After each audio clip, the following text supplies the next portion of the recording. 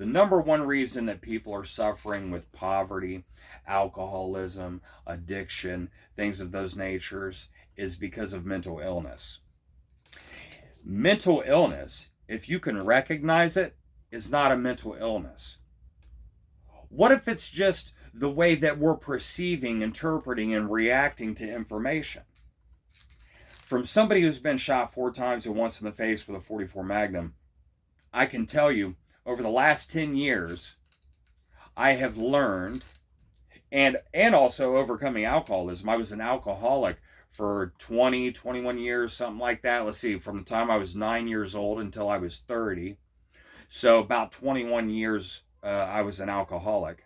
And free today from alcohol. I can go anywhere I want. I can go to the bar if I want and not drink. I am no longer controlled by King Alcohol. I'm no longer a slave to my depression. I'm no longer a slave to my anxiety. I'm no longer a slave to these mental illnesses that I was taught that I had in the poverty environment that I grew up in. Poor minds, poor mindsets, poor interpretation of information is the number one reason that people are suffering today. And we can overcome these so-called mental illnesses by a little thing called neuroplasticity. And that is our nervous system's ability to change the way information is delivered. If somebody is insulting me, you motherfucker this, you motherfucker that, fuck you, you're fat, you're ugly, you're this, you're that. Now, my reaction could be to interpret that information as a threat. This person's hurting me, so I'm going to attack. I'm perceiving a fight or flight information. Or I can perceive it in a different manner and therefore react different. And if I perceive that information in a different manner and therefore react different, if I change my beliefs about a situation, I'm going to change how I react to it. And if I do that enough times, over and over again, it's going to become a natural part of the way that I interpret and deliver or react in situations.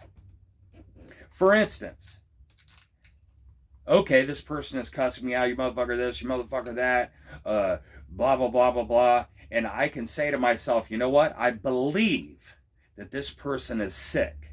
I don't just think they're sick, but I believe that when people act like this, I believe that they're sick, they're maladjusted to life, they don't know how to express themselves, and therefore they're lashing out of ignorance. So this person I'm dealing with here is ignorant. Instead of taking it personally as an attack on me, I can realize that there's something wrong with this person. You wouldn't beat up a retarded person, would you? Would you? No, of course you wouldn't. You're not going to beat up somebody with Down syndrome. You're not going to beat up somebody with autism because of the way they're acting. You're going to know that there's something wrong with them. So they're maladjusted, they have a chromosome missing or altered, or this is, so this person, it's not personal. So why don't we see other people that way who are reacting outrageously? So if I change the way that I believe that situation to be, and I truly believe it, I'm going to change the way I perceive it. Therefore, I'm going to change the way I react to it. And again, and I say this repeatedly because it's the most important information you'll ever hear in your life. To be able to control and change who you are to be who you want to be, not who you were taught to be. The only thing we're born with in life is the ability to root for a nipple, to eat, and blink our eyes, cry. That's the only thing that we're born with. Everything else in your life is nurture, not nature. You're only behaving the way you behave. You're only reacting in life the way you react to situations because that's what you were taught. That's what you were shown. Or that's what you believed based on your interpretation of the information going on in your life at that time. But if you see somebody who is successful in their relationships, lives happy, joyous, and free from fear, anger, and worry, somebody who's able to own their own business, be their own man, and be a good father, if you were to follow what they do, then you will eventually nurture that into your life. We need to nurture ourselves. And I can tell you right now, physical fitness is the foundation for all men. I was fat my whole life. I was not always in great shape. I invested in myself. I bet on myself. I've been shot 4 times. I grew up in alcoholism and addiction. I grew up in poverty. I think one time in my life, my mom gave me $20 when I was a kid. Okay? $20. I thought I was rich. I thought that was just all the money in the world. $20. You know, and meanwhile, other parents are buying their kids brand new cars and shit like that. I had no idea people even lived that way. I've experienced what it's like to nearly starve to death. I've traveled all over this country since I was 17 years old. I've been on my own since I was 15, 16 years old. And I've been working full-time jobs since I was 14, and I've been working before then. Okay? After being shot in the lung, the stomach, the hand, after being shot in the face with a .44 Magnum by a home intruder, and rebuilding my life, I can tell you that we make conscious decisions. If we make conscious decisions to change our mind and nurture ourselves in the proper direction, you can become the man that you always wanted to be. Now, I had a little help. I'll be honest. I had a little help. My son. When my son was conceived, I didn't have a dime to my name. I wasn't able to work, or so I thought, you know. I had just got my face blown off with a .44 Magnum. I had laid around for 1.5 years drinking, taking pills. I was up to 2 bottles of whiskey a day and all the beer I could drink on top of that. And I had no will to live anymore. And when my son was conceived, there was something greater than myself to live for. There was something greater than myself to succeed for, and I was not going to let my son experience the same life that I was born into. Now, everything doesn't happen overnight. It is a process. It is a process of the redelivery of information. It is a process to nurture that into your life. But one thing that I had on my side was work ethic. I did always work.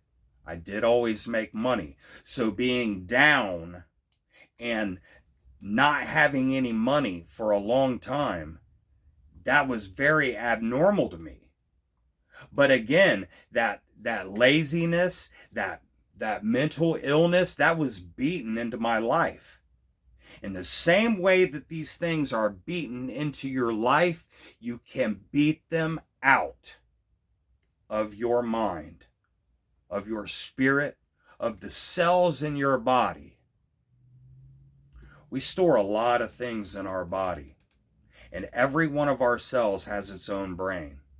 You don't have to tell your liver or to operate. You don't have to tell your intestines to operate. It just does.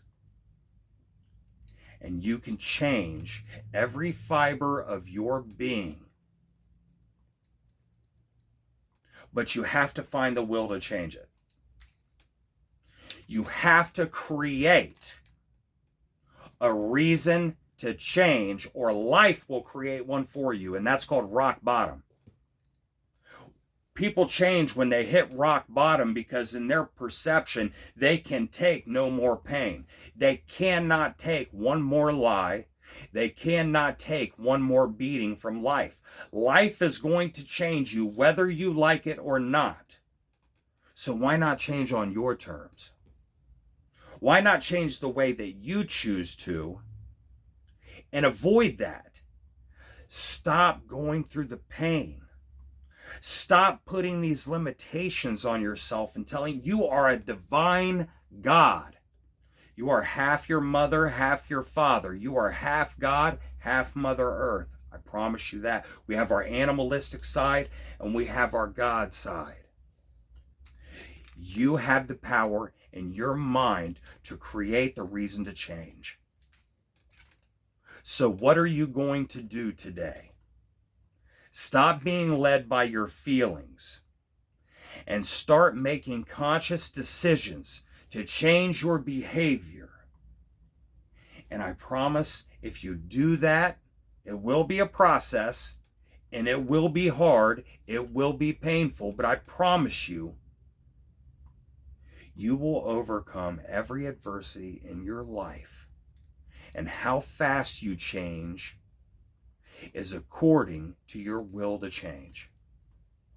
How fast you grow, how fast you change, depends on what you subject to yourself through your ears, through your eyes, through your heart, through your beliefs. You can stop being around negative people. Start attending events that are good for you. Get around positive people. Force yourself to be positive, even when you don't want to. Stop fucking complaining. Stop complaining. Start taking responsibility for everything in your life. It's going to hurt, but you're going to have to say, this is all my fault. Everything in my life is my fault and my responsibility to fix it. Not my mommy's, not my daddy's, not my wife's. It's time for me to step up to the fucking plate and stop being a little bitch. It's time for me to step up and start being the leader, the hero for other people. Instead of being the reason they fall, being the reason they complain, being the reason they give up. Stop being a little bitch and let's go.